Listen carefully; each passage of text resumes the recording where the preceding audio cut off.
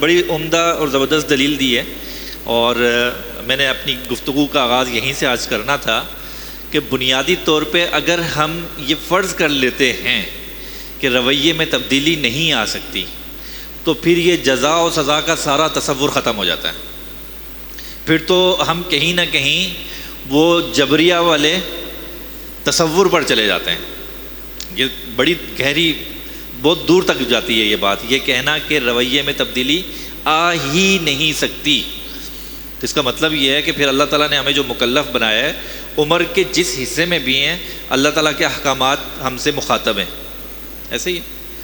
اور انبیاء کرام مبعوث فرمائے گئے تو ان کے جو اولین مخاطب تھے وہ عمر رسیدہ لوگ تھے نا، ایسا تو نہیں تھا کہ چھوٹے بچے تھے، بلکہ زندگی کا ایک حصہ جو گزار چکے تھے وہ ان کے زیادہ اولین مخاطب تھے۔ بچے تو مکلف ہی نہیں ہوتے، تو اس کا مطلب یہ ہے کہ تبدیلی تو آ سکتی ہے، اور رویوں میں تبدیلی آئی بھی۔ ہم دیکھتے ہیں معاشرے کیسے وجود میں آئے، ہم دیکھتے ہیں کہ مسلمانوں کا اولین معاشرہ جو تھا وہ کیسے وجود میں آیا، وہ رویوں کی تبدیلی ہی تھی نا۔ آپ دیکھیے نا کہ ہم جب بھی عربوں کے حالات پڑھتے ہیں تو ہم یہ کہتے ہیں کہ ان میں ایک خصلت جو تھی وہ یہ کہ کسی کو اپنا قائد نہیں مانتے تھے۔ یہی وجہ تھی کہ کوئی مرکزی حکومت وہاں پہ بن نہیں سکی تھی، ٹھیک۔ یہ ان کا بنیادی رویہ تھا نا، کہ آج تک تاریخ میں کبھی ان کی کوئی ایک مملکت، کوئی ایک سلطنت نہیں بنی تھی، اس لیے کہ کسی ایک کو اپنا بڑا وہ مانتے ہی نہیں تھے، بس اپنا جو قبیلہ ہے بس اس سے باہر نکلتے ہی نہیں تھے۔ پھر رویے میں کتنی بڑی تبدیلی آئی کہ ایک شخصیت کے اشارہ ابرو پر اپنا سب کچھ لٹا دیں، ایسے ہی ہے۔ تو یہ رویے کی تبدیلی تھی کہ نہیں تھی؟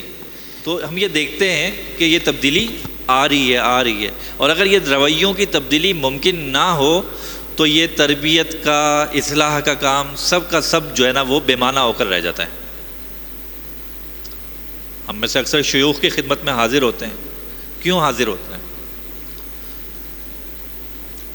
رویوں کی اصلاح کے لیے، نفس کے چوروں کی اصلاح کے لیے، یہی ہوتا ہے نا۔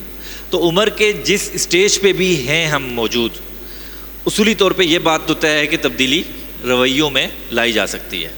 جب تک ہم اس حوالے سے کلیئر نہیں ہوں گے بات آگے نہیں بڑھے گی۔ تو سب سے پہلے تو یہ بات کلیئر ہونی چاہیے کہ رویوں میں، عادات میں، طور طریقے میں تبدیلی آ سکتی ہے، اور اس کی بے شمار مثالیں موجود ہیں۔ اب اس سے اگلا مرحلہ، کیا یہ تبدیلی آسان ہوتی ہے؟ میرا نہیں خیال، بہت مشکل ہوتی ہے۔ کوئی ایک چھوٹے سے چھوٹے رویے میں بھی تبدیلی مشکل ہوتی ہے، اور اس کی بنیادی وجہ یہی ہوتی ہے نا کہ میں نے ایک چیز برسوں جی ہے، برسوں میری زندگی، میری شخصیت کا حصہ رہا ہے وہ۔ اب اگر میں اس کو تبدیل کرنے جا رہا ہوں تو اتنی آسانی سے تو نہیں ہوگا۔